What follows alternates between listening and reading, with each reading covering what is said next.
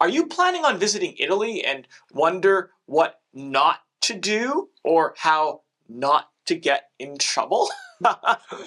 Well, you're in luck. Stay tuned because today we're going to tell you all you need to know to make your first trip to Italy or your next trip to Italy the best it can possibly be. And of course, that's going to be by staying out of trouble. Absolutely. Now, Andrea and I actually live in Italy, and you were I was born in Italy. That's right. So you can trust us for an insider's view and essential tips when visiting Italy.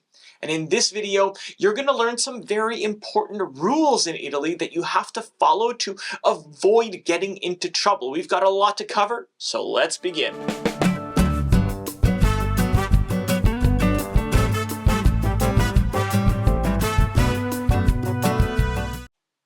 Hi everyone, I'm Rick. And I'm Andrea, and today we'll tell you all you need to know about staying out of trouble when visiting Italy.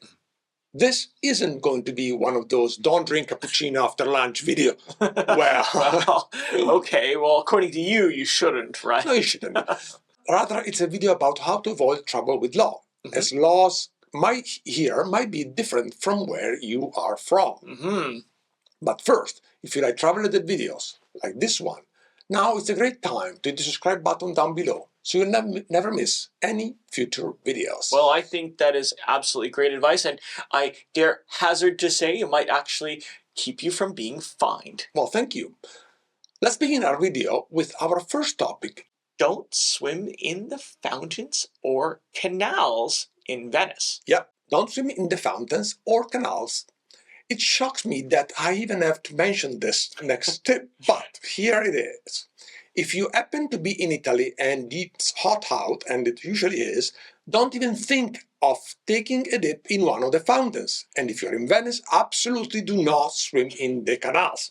Swimming in the canals is extremely dangerous, the water is polluted, there are lots of boats moving around, and it's also against the law. So you shouldn't attempt to do so. No. Yeah. Just a few years ago, some German tourists were caught swimming under the Rialto Bridge, and they were fined €790. How romantic. Yeah, very much.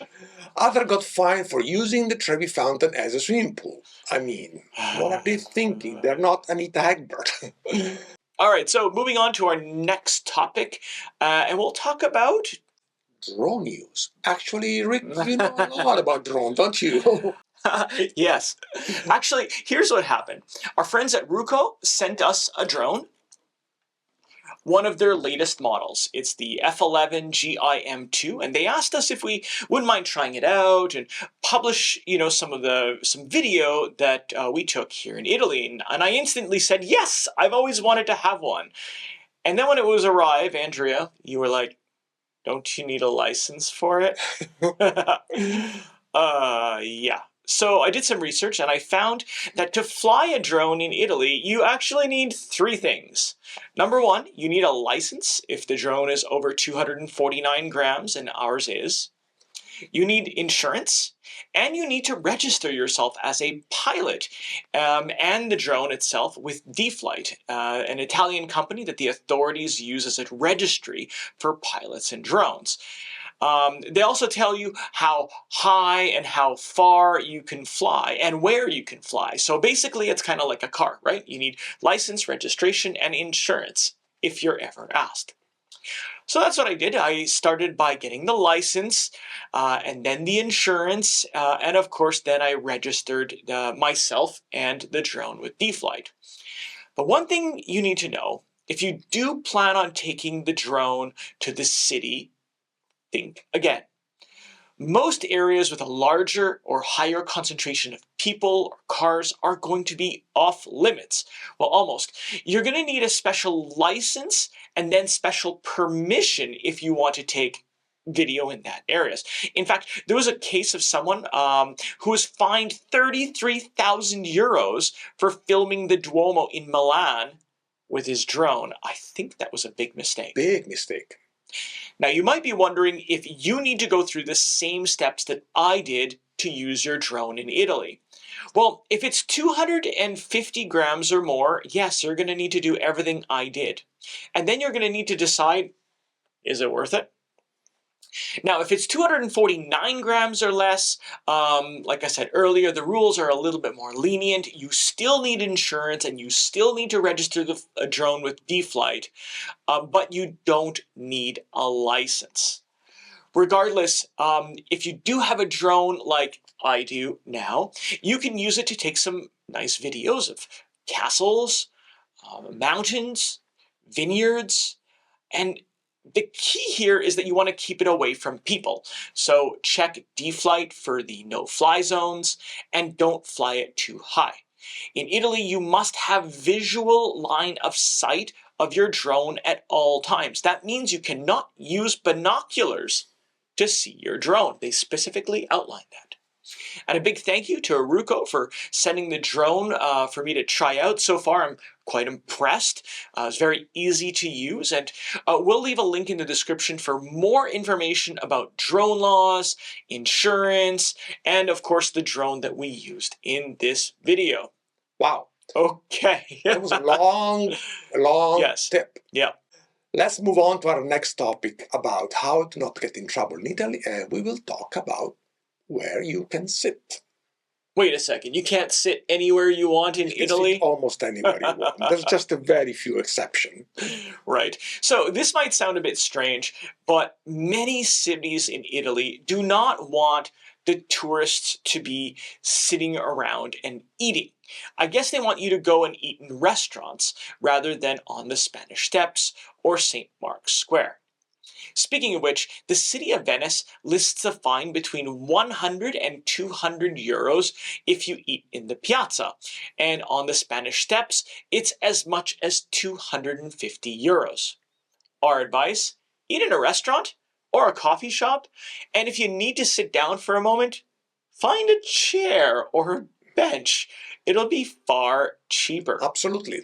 All right, so moving on to our next tip about how not to get in trouble in Italy, we're going to be talking about buying the fake goods. Yep. So don't buy fake goods from a street vendor. In many cities, you'll find street vendors selling counterfeit goods like Louis Vuitton bags, Hermes belts, and even fake Rolex watches. Like the Folex. The Folex, exactly. These are illegal, and the police confiscate them from you and even fine you up to 10,000 euros if they caught you. I don't think it ever happens, but they might. It doesn't happen very often, but you don't want to be the one that gets caught. So don't buy fake goods from the street vendor. It's probably garbage anyways, and they won't last very long. Actually, they're gonna crap like in a few days. On the same topic, if someone tries to give you a fake bracelet or a fake flower or a free something, don't take it. Usually, after giving you the free stuff, they will harass you for money and it will be quite annoying. So just say no thank you and move on. Time to talk about our next topic about how not to get in troubles in Italy, and we'll talk about littering. Yeah, it might seem obvious, right? Italy is full of beautiful cities, and it's important to keep them clean. So please, throw your garbage in the trash can. It's really shocking. Like leaving garbage on the street or worse, in the rivers or the canals is not only gross, but it's actually against the law, and the police will fine you, in some cases hundreds of euros, depending on where they catch you. Okay, so moving on to our next tip about how not to get in trouble in Italy, and we'll talk about driving. Driving, yes. If you plan on be driving on your next trip to Italy, you might want to get acquainted with the rules of driving, because you could get in trouble really quickly if you're not up to the code. The two biggest things you'll want to be aware of is the International Driver License, or IDP, and the ZTL, or Zona Traffico Limitato, so the limited traffic zone. Your international driving permit is a translation of your original driver license in Italian. You can get it from the AAA in the States, CAA in Canada, and almost likely another local automotive club in wherever you live. Right, and it's not a license, it's a translation, so you need both, right? Yes, always keep both. Second, pay attention to the ZTL when driving in cities, because these tend to catch a lot of people off guard. And actually, if you plan on driving in Italy, check this video up here because we covered in depth the ZTL. And we've gotten many of those tickets. Not that many, but a few. Anyway, the ZTL is an area in the city where only authorized car can enter. And you can get authorized if you ask. For example, if you book an hotel inside of ZTL with a parking lot, you can ask the hotel to register the license plate of the car in advance. That way you won't be fined when you enter. But if you enter without authorization, you will be fined hundreds of euros. And worst, it'll come months after it happened, likely from the car rental company. Exactly. So when you're home, after 6 months, you receive a nice letter. With a huge markup as well. So it could cost up to €1,000 per violation. So just try to avoid these. Another thing you'll want to be aware it's that the drinking and driving laws in Italy are probably a lot stricter than your own country. For example, in the States and Canada, 0.08 is the limit. However, in Italy, the maximum blood alcohol amount is 0.5 grams per liter. But if you have a driver license that less than 3 years, then the limit is 0. Exactly. So if you're 19 or 20 years old, you're not allowed to have any alcohol. Yeah. And if that is not all, the fines can be as much as €1,000 and they will take away your driver license and can even put you in jail for up to 1 year. Yep, exactly. So don't do that. Let's move to our next tip about how not to get in trouble in Italy, and we talk about staying aware of petty crimes. So this is something a little different, as it doesn't really involve a fine to you, but it still might get you in trouble.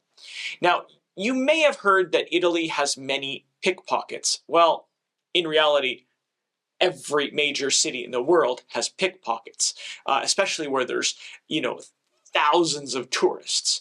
So these suggestions are pretty much valid anywhere. However, we always suggest leaving everything that you don't absolutely need at the hotel in the safe. And that includes your credit and debit cards, your driver's license if you're not going to drive, and especially your passport. I mean, imagine the trouble it would be to replace your passport if it was stolen. You can't get on a plane without it. So we suggest that you keep an ID card on you and a copy of your passport, and maybe a debit card or a credit card if you need. Today, most of us tap everything on our phones, so that should be enough. And unless you're making a really big purchase, leave it in the safe. And then keep your wallets, purses, and so on in the front of you, zipped up, so they're always in your sight. And don't put anything valuable in your backpack on your back, right? Also, when you sit down outside of a coffee shop or a restaurant, don't leave your purse or your camera or your phone where it's easily grabbed or where it can be easily grabbed from the street. In fact, I've never had any of these issues, but even today, I keep my wallet in my front pocket and with only the bare minimum that I need. And this isn't limited to Italy. It's anywhere we travel. And by the way, we recorded an entire video about safety in Italy, and you can check it out up here. So let's move on to our next tip about how not to get in trouble in Italy, and we'll talk about don't damage the monuments. Right. Be respectful of the monument and archaeological site. Don't leave graffiti on any site in Italy. Doing so will end up costing you €500 in fine and up to 3 months in jails. Also, it's strictly forbidden to take anything from the archaeological sites. Even if it looks like a little pebble or a little rock, worthless, leave it alone just to be safe. Taking anything from an archaeological site might cost you up to €2,065 and 2 or to 8 years in jails. Bottom line, take a lot of photos, and if you really want to bring home some souvenirs and some memories, go to the gift shop and you can buy something there. On the same topic, don't take any sand or seashell from the beach. Doing so, it might cost you up to €1,549 if you get caught. It's better to take a nice photo of the beach rather than a bag of sand, which you do not know what to do. Time to talk about our next topic about how not to get in trouble in Italy, and we'll talk about drinking in public. Oh, this one's a good one. I'll do that one. Right, so I remember the first time I visited Italy, seeing people having a beer on the streets in Rome. Well, that was really odd. In fact, anyone can drink a beer or have a glass of wine in public, and it might surprise you, but recently you could be as young as 16 to buy alcoholic drinks. But now, vendors must not sell alcoholic beverages of any kind to anyone under 18. That said, it's a big no-no to be drunk in public, and it could wind you up into a lot of trouble. If you're drunk in public, you could get fined as much as 309 euros. And nine. And nine, yeah.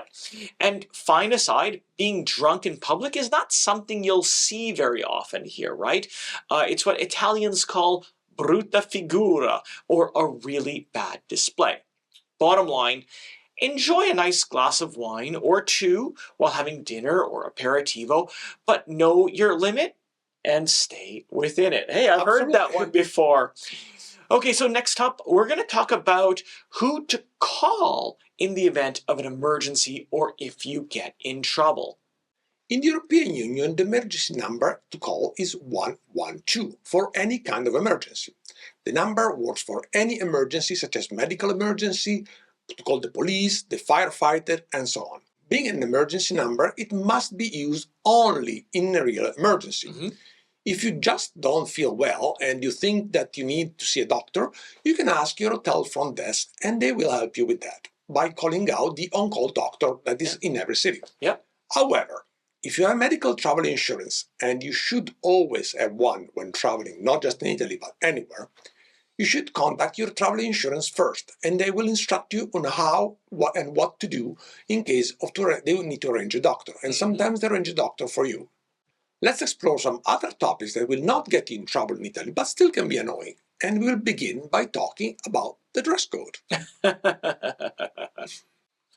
Right, so Italians love to be perfectly dressed all the time. And in fact, your mother would probably want to fine you if you were out in your jogging pants. But look, when visiting Italy, you see women going to the grocery store dressed like they were going to the red carpet for the Oscars. But that doesn't mean that you need to do the same.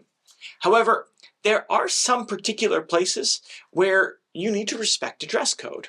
If you're planning on visiting any major church or important church in Italy, you're going to need to make sure to wear clothes that cover your shoulders and your knees. If you don't follow the dress code, you might be denied entry, and this would be really bad, especially after you, for example, waited in a long line to get in. Or they're going to give you some funny paper scarf to cover you up, and we've seen that before. Bottom line, wear appropriate clothes if you're planning to visit some of the most important churches. Okay, so moving on to our next topic about how not to get in trouble in Italy, and we'll talk about something that you like, photography and privacy. In general, you can take all the photos you like in Italy, if you're outdoors with very few restrictions. Number one, you cannot take photo if there's a sign that says no photo, and that's pretty obvious. This does not happen often. Most of the time, the sign says no flash. Number two, don't take photos of police and military without asking. Even when you ask, most of the time they say no because they can. But you never know. Sometimes they may say yes and you can take photo of that. I remember that time I tried to bribe one with a Nutella cookie. Yeah, they said no. Other than those two restrictions, you can take as many photos as you like. Time to move on to the next topic, and we'll discuss about noise restrictions. Okay, so if you're visiting a residential area, be respectful and don't make any noise between 11 p.m. and 8 a.m. Also, some Italians, especially seniors, they like to take a siesta after lunch, so try and keep the noise level down at a minimum between 1:30 and 4 p.m. Alright, so let's explore our last suggestion for this video, and that's wear comfortable shoes. Yes. Italy is a very old country, and most of the streets have very uneven surfaces. Also, when you walk around the big cities in Italy, you'll find a lot of streets that are covered with those called San Pietrini, which are these little square stones in the street that tend to be a little uneven. Not only that, some of the city have bridges with steps and have a lot of hills to climb. So that means exploring Italy will likely require a lot of walking. While you might not get in trouble with the law for wearing high heels or flip-flops, you risk of tripping and hurting yourself, and you might need medical care. And it could ruin your holiday if you have a cast and you cannot walk anymore. For this reason, the best kind of shoes to wear in Italy are comfortable walking or running shoes that will fit you very well. Yep. And don't use new shoes that you haven't broken in yet. That's actually very good advice. Remember that time in Hong Kong? I do. All right, so after this very long review, you might have noticed that the troubles in Italy, you can avoid them by just using common sense. Also, in case you need anything, ask around, and Italians are very kind, usually, and very helpful, and they'll do anything that they can to help you out. And don't be afraid of the police or the military around some of the landmarks. They're there to keep you safe. And of course, don't be afraid to ask them questions in case you need anything. Finally, have fun and enjoy what Italy has to offer, and bring home a lot of photos and memories. Absolutely. This is all we got for you today. As usual, if you have any question or any concern, feel free to leave a comment below, and we love to hear back from you and to answer your question the best we can. In the meantime, we'll see you on our next video. Ciao. Ciao.